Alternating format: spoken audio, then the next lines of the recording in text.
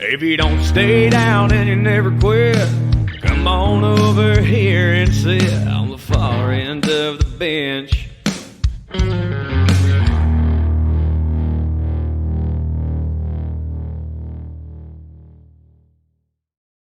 Well, hello there, bench warmers, ladies and gentlemen. If you were watching, if you listened or read the description of this video that you're watching on YouTube, or if you read the description of the podcast that you're listening to, you know that this is previously recorded. We're making some movie magic. This was recorded right after we finished episode 163 of the Far End of the Bench podcast. If you're watching on YouTube, I have the ticker scrolling underneath. This is from December 5th. Of 2023, just to make sure that whatever we say cannot be held against us in a court of law. Nico's dad is a lawyer. I'm trying to cover my bases, trying to cover my ass here. So if we say something that is totally stupid or outlandish, I'm going to blame it on the fact that it's probably 2 weeks previous that you're listening from when we actually recorded this. Jimmy Pilato, Nico Bryant, Far End of the Bench podcast. Thank you guys for tuning in. You guys are going to enjoy the episode that we have coming up, because if you enjoyed the last classic episode that we released a couple weeks ago, where we listened to the Avs, the episode we released right after the Avs won the Cup, Nico's been waiting for a Denver Nuggets championship for quite some time, and we have that episode coming up. If you're listening on audio platforms, if you're watching on YouTube, you're just seeing the new video, and we're going to make our Week 15 picks to try and stay up to date with the Pickem. We already had this week our College Bowl Pickem show live on Tuesday with Dom and Jeremy coming back for the 4th year in a row. Dom's defending his title, so be sure to go back and listen to that if you haven't already. That's why we have these pre-recorded picks, and then we're also going to have some pre-recorded picks for Week 17 when Jimmy – I don't know why I'm speaking about myself in the third person. I am going to be out of the country. We're going on a cruise for the holidays this week or this year. And look, you'll never hear a show by Nico Self. I'll tell you that. I am not good at hosting shit, and that's why Jimmy's you're great at it. I will never do that. I'll say that right now. You're gonna have to convince me very, very hard for me to sit on a computer and talk to myself for an hour. You have a radio voice and you're great at it. So like you have no problem doing it. I struggle. To be very, very tough. I would never wish that upon you, because it is a very difficult, like I've had to do a radio show where there was no video element at all by myself, and that was difficult. So I would never put you in that position. That's why we're doing these segments. So hopefully you guys enjoy. Hopefully we say something that entertains you guys. Be sure to follow at FEOTB Pod and check out Variety Sports Network at Variety_Sports_. You can see all the stuff down below our beautiful faces if you are watching on the YouTube channel. And if you haven't already, be sure to check that out. Subscribe, ring the notification bell. I won't be on Talking the Gridiron in the next couple weeks, but I'll be there for weeks 15 and 16. So be sure to catch me then, and then they'll be continuing on with the show that week that I'm out of the country, not able to make my picks. But we have picks to make, and then we're going to get into the replay of the Nuggets championship. So we're going to get a chance to talk about it all over again. Don't worry, Nico. I know what I'm supposed to do. Let's put the ticker up there just so that people, if you don't want to stick around, or if you're wary about sticking around, be sure to stick around, because you get to hear quite a bit of mid-market celebration over Los Angeles and the fact that we still own Los Angeles area. It was a beautiful thing to witness. Let's get into Week 15 games. Now, we're picking these before Week 14 has taken place. We just made our picks for said Week 14, and we're coming off a week in 3 weeks ago, now that you're listening to this, Nico, where you were 0-5, I was 2-3. So it hasn't been great, but we're starting off Thursday Night Football. Not pretty. AFC Not West. pretty at all. No, it hasn't been pretty. AFC West, Chargers at the Raiders. I don't have lines for these games because they're 2 weeks ahead, so we don't have to worry about anything like that. But this is after the Chargers are playing the Broncos, and I'm not sure who the Raiders play Week 14, but that's where we're at in the schedule this time of year. This is picking which ugly stepchild I hate more. I think that's the best way to do this every single week. I said on the week, 15 Pickem, 14 Pickem, whatever it was, that'd be Brandon Staley's last week, and I think it will be when they lose to the Broncos. So give me the Chargers, because whatever voodoo that head coaches that teams have when they fire their head coach and win, I think continues here, and I think the Chargers beat the Raiders because the Raiders are a bad football team, plain and simple. Okay, doesn't matter Antonio Pierce or not. So I'm gonna go the Chargers here because I think Staley will be gone, and I'm hoping that it means better news for them going forward. This is good because if you listen to the last one that we just recorded for week 13, week 14, we were all in lockstep. We are against each other first on Thursday Night Football. I'm picking the Raiders. It's at home for Las Vegas. I don't know. I don't know if Los Angeles is going to get rid of Brandon Staley if they lose to the Broncos. We did both pick Denver, that game between the Chargers and the Broncos, but I don't know if they're smart enough to do that because they should have got rid of him 3 weeks ago. And they had the bye. And there's been plenty of times to drop him. So if they haven't dropped him yet, what gives me confidence to say that they're going to drop him before this game actually takes place? That being said, I think that the defense, Max Crosby, the Raiders are going to have to rebuild through the draft because like the last 4 first-round draft picks, 2 of them are on felony charges in fucking state prison right now. And I don't know what's happening to the other 2. But God damn it, you need to draft better, Mark Davis. You need to get people in there that will give you the groceries to go do something with. Because tell me now it wouldn't be awesome for the NFL to have a badass team in Las Vegas. It's awesome for the NHL. No, tell me if the Las Vegas Raiders weren't awesome, that would be amazing for the ratings. No, it's terrible. It's terrible for ratings. Oh, well, it's terrible okay. for ratings. I'm going to stick with the Raiders. Because I hate the Raiders more than each other. That's because I hate the Raiders. That's like me trying to get you to say something. No. That's like you trying to get me to say something good about the Steelers. I won't do it. I totally get what you're doing. No, absolutely in a million years will I never. Those words will never come out of my mouth. The Raiders. I'm not even gonna say it, the Raiders being fucking decent will never come out of my fucking mouth as good for football. Never, ever, ever, ever. Okay. I forgot who I was speaking to for a second. I apologize. That's my bad. It's my bad. We moved from that to now my house divided matchup, Nico. I need some advice. What do I say here not to get put in the doghouse? Because I know what I want to say. I did not know your 2 teams play. I didn't know that we played this year either. I didn't get it. It's the Pastronaut versus the Wonderkind, right? The Wunderkind versus the Wunderkind and Jake Browning. Look, I picked the Packers to make the playoffs. At one point in this.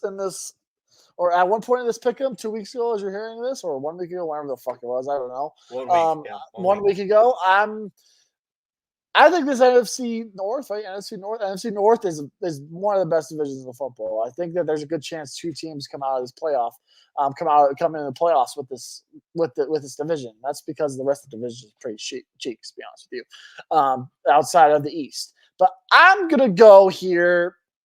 In Cincinnati, I'll go the Bengals. I'll go the Bungles. I'm going to go the Bengals here. I think they're a better team. Actually, no, fuck that. I need the Bengals to lose at one point for the Broncos to make the playoffs. And I have them winning next week. I need them to lose this week. I'm going to get you back for that. I'm going to get you back for that Bungles. You best believe. If you think I've been using my radio voice right now, I'm going to get you back for that Bungles comment, Nico. I don't give a shit that you picked against them. But God damn it. Damn it. I'm sorry. I called them that 2 weeks. I could say that word. You can't say that word. I'm sorry. I'm only doing it because I have playoff hopes for the first time in 8 years, and I need shit to happen, and I need your team to lose, unfortunately, this week to make the playoffs, probably. So that's why I'm doing it. I hate doing it, but it has to be done. That's fine. Fade them because you faded them this past weekend, just like I did, and it worked out. So I'm picking the Bengals. I don't know. At this point, I hope that we. You have to pick your own. You have to pick your own team. You have to. I do have to pick my own team because yes, I don't want to be that guy that picks my girl's team. Don't be a bandwagon with your girlfriend's team. We're both better than that. No, I'm not. I'm not going to do that. I just want to know. Here's what I want. By the time that people are hearing this, and by the time that we actually know what happened the week before, please tell me whether or not Jake Browning is going to give me the hope that I have right now for the rest of the season, or if he's going to be the Jake Browning that I saw against Pittsburgh. Because if the Jake Browning that played against Jacksonville plays against Pittsburgh, we win that game by 30. That was an insane performance to go from and then turning out 5 incompletions and 2 touchdowns and 350 yards. Okay. I just want a clear answer. That's all I'm going to say. I'm picking the Bengals. You have the Vikings. That's fine. Now let's move to the Donkeys versus the Lions. The Donkeys and Lions. At this point, I think that the Lions are trying to make a point that they are a playoff team, and it's in Detroit. I gave the Broncos a win week 14. This one, man, it's hard for me not to sit here and say go Lions. This is probably the toughest game left on the Broncos' schedule. I will say that. After the Texans game last week, you play the Chargers twice, you play the Raiders once, you play the Patriots. This is the toughest game left on the schedule. If you come off, like I said, recording this before, if you go on and beat the Chargers and you can pull off this win against the Lions, you are in the playoffs. I solely believe that, because I think that you can beat the Chargers again at home. I think you know the chance of the Raiders, and who knows what the Raiders will be like in Week 18. So I think this is a massive, massive game. I like I said, playoff hopes. I'm picking my team, so I'll ride, and I have to, because I'm not going to pick against them with playoff hopes on the line. And like I said, this is a game that this is the game that decides whether you're in the playoffs or not. I'll stand on that, because I think you take care of business against the Chargers, and if you win this week, you set yourself up at 8-6 with 3 games left on the schedule, right? 3 games? Yeah, 3 games left, and all 3 very, very winnable games, especially the Patriots, especially facing the Chargers and Raiders, who are probably going to be tanking at that time. So give me the Broncos here, hopefully keeping the winning streak alive. It's better when we pick our own teams because we have more invested in it, and especially now that we have to call our shot 2 weeks out, I'm good with that. That's awesome. I'm fine with taking the Lions because the Lions are built. They know what they have to do to win. It's just do it consistently. Don't try and get fancy. Don't try and make Jared Goff into Joe Montana 2.0. That's not him. Turn around, hand that ball off to David Montgomery and Jahmyr Gibbs, and let's throw to Amon-Ra St. Brown and play good defense. That's what the Lions do to win. Do what the Broncos do. The Broncos have accepted it. Be boring, win football games. Lions, be boring, win football games. You're built that way. Don't try and steer away from it. We're split on that one too. That moves us to Sunday Night Football for Week 15. The Ravens going to Jacksonville. Jaguars. It's just a high ankle sprain for Trevor Lawrence, but that was a terrible, terrible injury that happened Monday night. Got stepped on by his offensive lineman, and then Trey Hendrickson finishing his rush ended up folding him over that same leg. I do want to point out, as much shit has been going on in the NFL, Trey Hendrickson initially checks on Trevor Lawrence, and then as soon as Trevor Lawrence isn't able to get himself off the field, you see him take a knee. He does say a prayer for what's going on. So that was a cool moment seeing the NFL on that high of a competitive stage. It's an uncertain timetable for when Trevor Lawrence is coming back. And Lamar, this is about the time that he normally gets hurt for the Ravens. The Ravens right now are just getting handed no other team in your division right now is starting their starting quarterback at the beginning of the season. Kenny Pickett's out. Deshaun Watson's out. Joe Burrow's out. You still have your starting quarterback. I know that you lost your tight end, but now you're playing a team that also lost their starting quarterback for however long. If you don't take care of business, then now, Baltimore, I do not have a problem writing you off for the rest of the season. This is your week. Tell me if you're going to change my mind about your playoff performance, because I've been very open and honest. In the regular season, fuck no. I don't want to see the Ravens. In the postseason, they'll blow it somehow. I don't give a shit. Give me Baltimore. So Look, this is the prove-it week. I'm picking with my heart right now because I need Trevor Lawrence to fucking figure it out and get back on the football field because my dynasty fantasy league needs it, okay? You absolutely need I'm going to okay? need you to shoot that ankle up, and I'm going to need you to shut your mouth. Because I'm the number 1 seed, as we're recording this, I still am. I'm the number 1 seed in my dynasty fantasy league. My number 1 quarterback is 2 QB league with a super flex is Trevor Lawrence. And going into the playoffs, if I have Sam Howell and Jake Browning as my 2 QB tandem, I don't know if I'm going to win.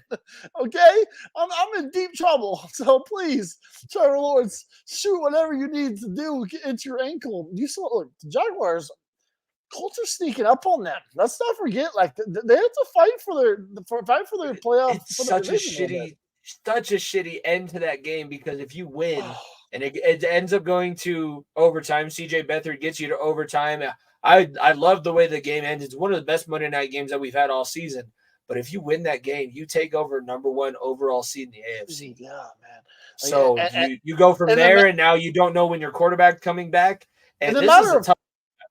In the matter of 30 minutes, Jimmy, you go from, oh, fuck, we have a real shot at the #1 seed here, to, oh, fuck, CJ Beathard's our quarterback. What are we looking at here?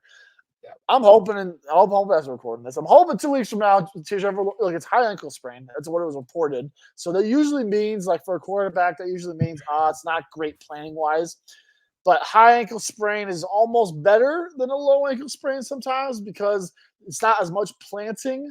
I don't know. I'm just hoping. There's a surgery now that gets rid of it in about 2 weeks. Except we don't have. That's what Tua did in college. That's what Mahomes did last week or last year. I know, but I don't have 2 weeks. I need him for my playoffs, not their playoffs. I have him for him for my playoffs. Okay, get me back in my fantasy league, damn it.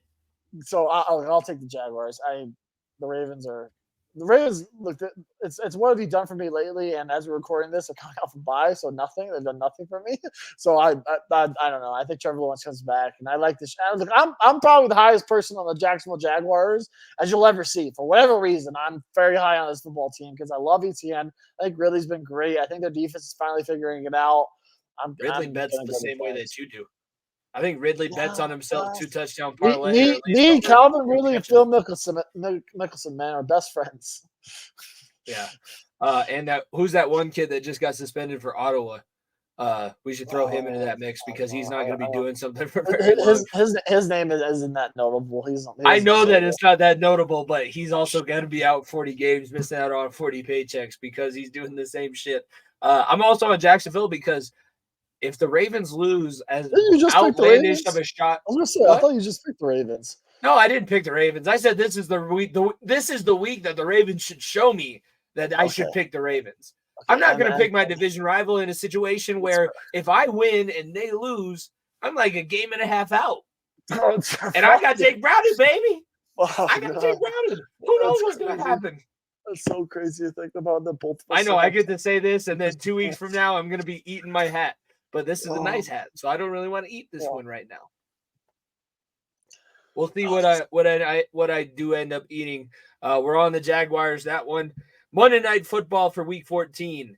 It's like we're an Eagles podcast. The amount of damn Eagles games we end up picking in this Pickem, but they're once again in prime time. They're going to be on a Monday night stage. It was the Jets before this, like the beginning of the season, because they didn't fucking flex anything, and now it's the Eagles. So at least we're off the Jets and no longer picking them. At least, so I'm thankful for that.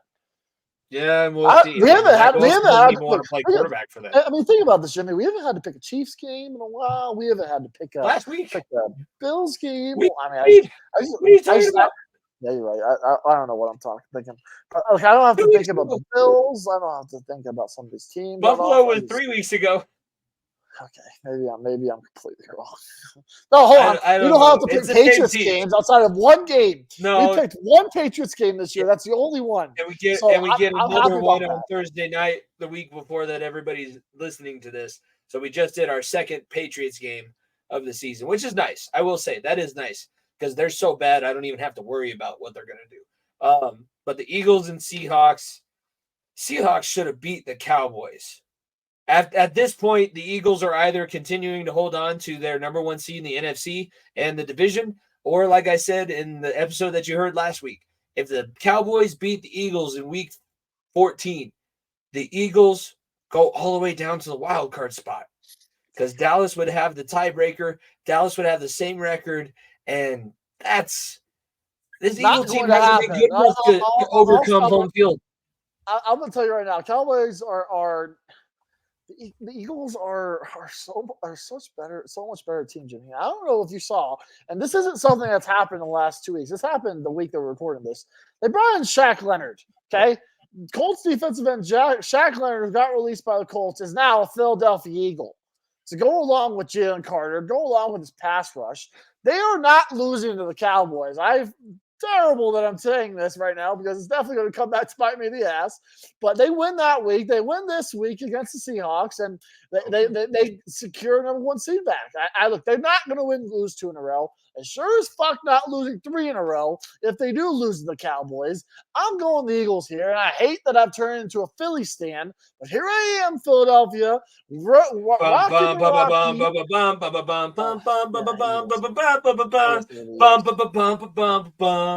are the only, the Phillies may be the only team that I may stand out of Philadelphia. The Eagles kind of piss me off now with how stupid those fans are, and I don't fucking like the Sixers. We all know that. I could care less about the Flyers. So the Phillies are the only team that I may like in a way because of Brad Lidge, and when he won the World Series for them, and he went to Creek. That's about the only reason why I like the Phillies. Played there for a while. Holiday, Colorado kid, like that's the only reason, only likes I have toward them because Philly's starting to get on my nerves. I like Jason Kelsey. I like Jalen Hurts. Jordan I like some of those guys, but those are guys with a voice like a mixture of Fergie and Jesus. You're not wrong. There's a reason why they make Christmas. Dude, Lane, I want to point this out because I didn't get to say it on the episode 163 that you guys heard last week. Lane Johnson versus Nick Bosa. Lane Johnson punked Nick Bosa. I know that the score is all lopsided. If you know offensive line football, Lane Johnson whooped Nick Bosa for 4 quarters. So they can talk all that shit about the way that they beat the Eagles. But I'm looking up front, and I'm seeing the trenches on offense won by Philadelphia against San Francisco. As much as Chase Young helps you, Nick Bosa wasn't able to get around Lane Johnson, and nobody's beating Jordan Mailata on the other end. That was a masterclass. As much as it sucks to lose that game, the Eagles' offensive line did a number on that defensive line for San Francisco. You know that's what I was watching because the score was out of hand. I was watching Kyle Juszczyk fucking maul motherfuckers. He was on the 49ers offensive line too. Trent Williams. I should put a tie on the door if I'm going to talk about Trent Williams because that gets a little bit. I wish I could do some of those things. That's like watching something that I know is never going to happen, never existed. I'm picking the Seahawks. I think I have to have a couple of outlandish picks if we're going to make these ones that are a little bit out. So as much as I think the Eagles are a better team and all that grace I just gave to their offense, maybe they do end up going on a 3-game losing streak. Maybe that's what this team needs because they were number 1 seed the last time they won the Super Bowl, but last year it didn't do them any good. And maybe they need to deal with a little bit of adversity. Nick Sirianni loves being an underdog. So if they go on a 3-game losing streak now, he's going to have so much ammunition by the time the games actually matter in week 18 and then into the actual playoff matchups. I'm okay with saying the Seahawks get this one. They sneak this one out. So we're at least different on this one. I didn't want to pick all 5 games the same, just like we had in the last episode. So we had to be a little bit different there. Well, we picked the Lions. Yeah, we got some difference. The Lions could fuck the Lions, the Vikings. Both those games could fuck. We only have one game that's actually the same now that I'm looking at it. So recap of the picks. Thursday Night Football, I have the Raiders. You have the Chargers.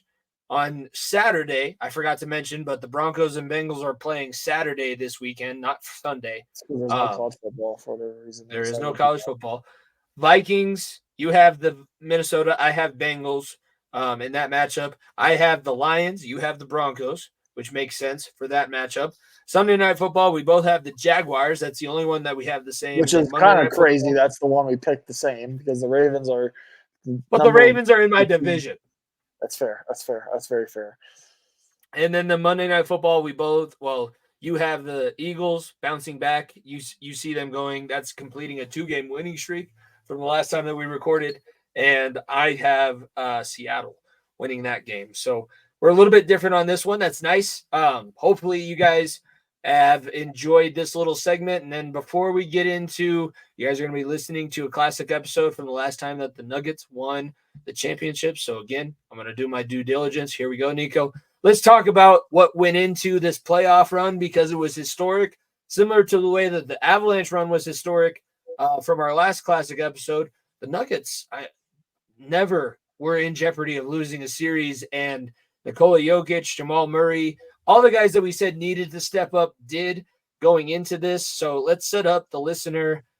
What are they about to experience with this recap of the Nuggets championship? It's the second biggest sport in America, arguably the biggest sport in the world outside soccer. And you have the best player, the best team residing in a little flyover state in the Rocky Mountains, little cow town in the Rocky Mountains. Let's not forget, like a guy from Sombor, Serbia, a kid from Kitchener, Canada. Another Kitchener, Canada, known for hockey players. Kitchener, Ontario. Kitchener, Ontario, known for hockey players, also known for NBA champion Jamal Murray. This team is a bunch of not nobodies, but ransack guys that either were sawed off or pushed away and not thought of as real big time contenders, and they pulled it off somehow. That's the best way I can put it. It's a moment I'll never forget in my life, being there for that game 5. And I love rewatching those games. I love re-listening to every radio call possible until we win it again this year. So enjoy the prequel to what will happen again this year. So this is the first one, the first of many. There you go. Hopefully everybody enjoys. Be sure to drop a follow, leave a like, a comment. Tell us what you thought of this classic Far End of the Bench episode. It's weird that we can do classic episodes, but hey, we got 4 years worth of content, baby. I could pull classic out of anywhere at this point. And this is definitely a classic moment from the history of this show. So follow at FEOTB Pod. Make sure you subscribe to the YouTube channel and check out the Variety Sports Network as well. This would be technically episode 164 of the Far End of the Bench podcast. Thank you guys very much for listening. For myself, Jimmy Pilato, my co-host Nico Bryant, we will see you guys next time. Peace. If you don't stay down and you never quit, come on over here and sit on the far end of the bench.